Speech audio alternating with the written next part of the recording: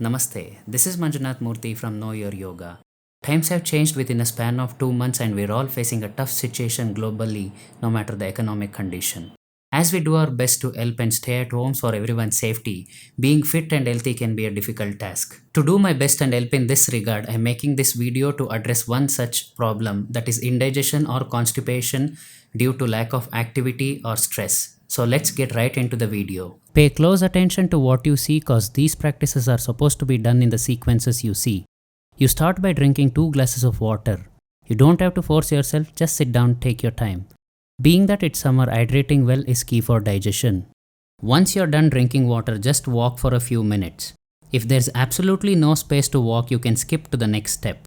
Once you're done walking normally, you'll have to walk on your toes by raising the heels and hands over your head. This stretches the hips and pelvis where the organs of digestive system are located. In the next practice, you'll have to do static heel raises, which again stretches the same muscles and the internal organs.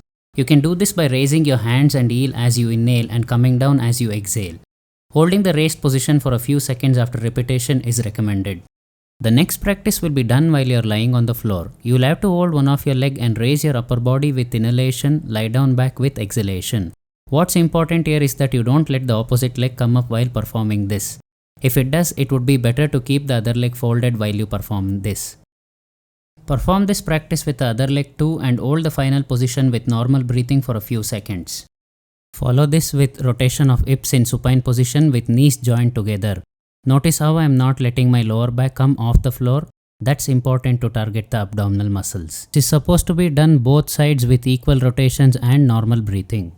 For the next practice, you'll have to lie down sideways. Here you'll have to fold the leg at the knee and attempt to touch your shoulder. Keeping the body as you exactly see is crucial to have best effects. Perform both the sides and hold the final pose. The next posture to be performed is a modified version of Sarpasana, where you raise your upper body with inhalation, which presses the stomach against the floor, and come back with exhalation. Keeping the legs and buttocks firm and relaxed is crucial, and like the other postures, hold it with normal breathing. Another practice here is trying to bring the knee beside your hip and taking it back to the prone position. This can also be a great practice for those who want to lose the love handles or side fat in the abdomen. This needs to be followed with a supine spinal twist, which is great for both indigestion and also back pain.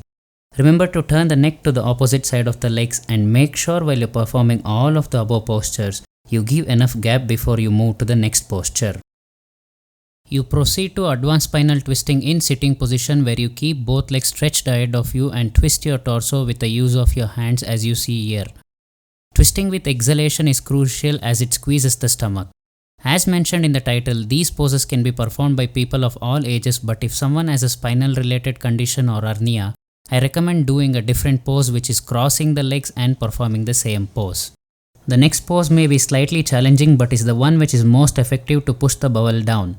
Here you sit in full squat but use the wall support and try to hold your left ankle with the right and lift the left hand and try to look at it, and vice versa in repetitions. If by any chance you can't do this, you can skip to this practice, which is side bending. Here you raise the hand with inhalation and bend sideways with exhalation. Pulling the stomach in when you bend is recommended. The same practice can also be done with keeping the legs up to 2 feet apart. As like every practice, hold the final pose with normal breathing.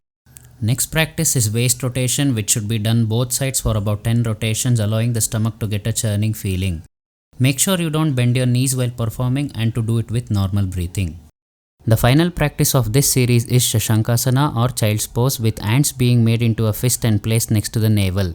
Not only is this effective for digestion and relieving gastric problems, but is also good to get rid of toxic contents present in stomach and intestines.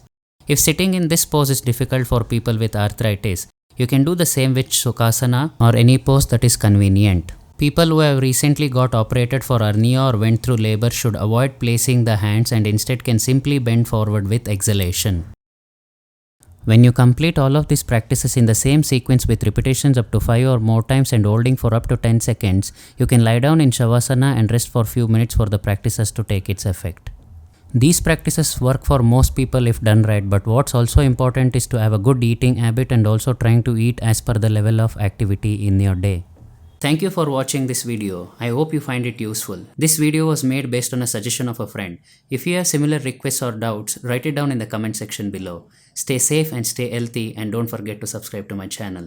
Shubhamastu.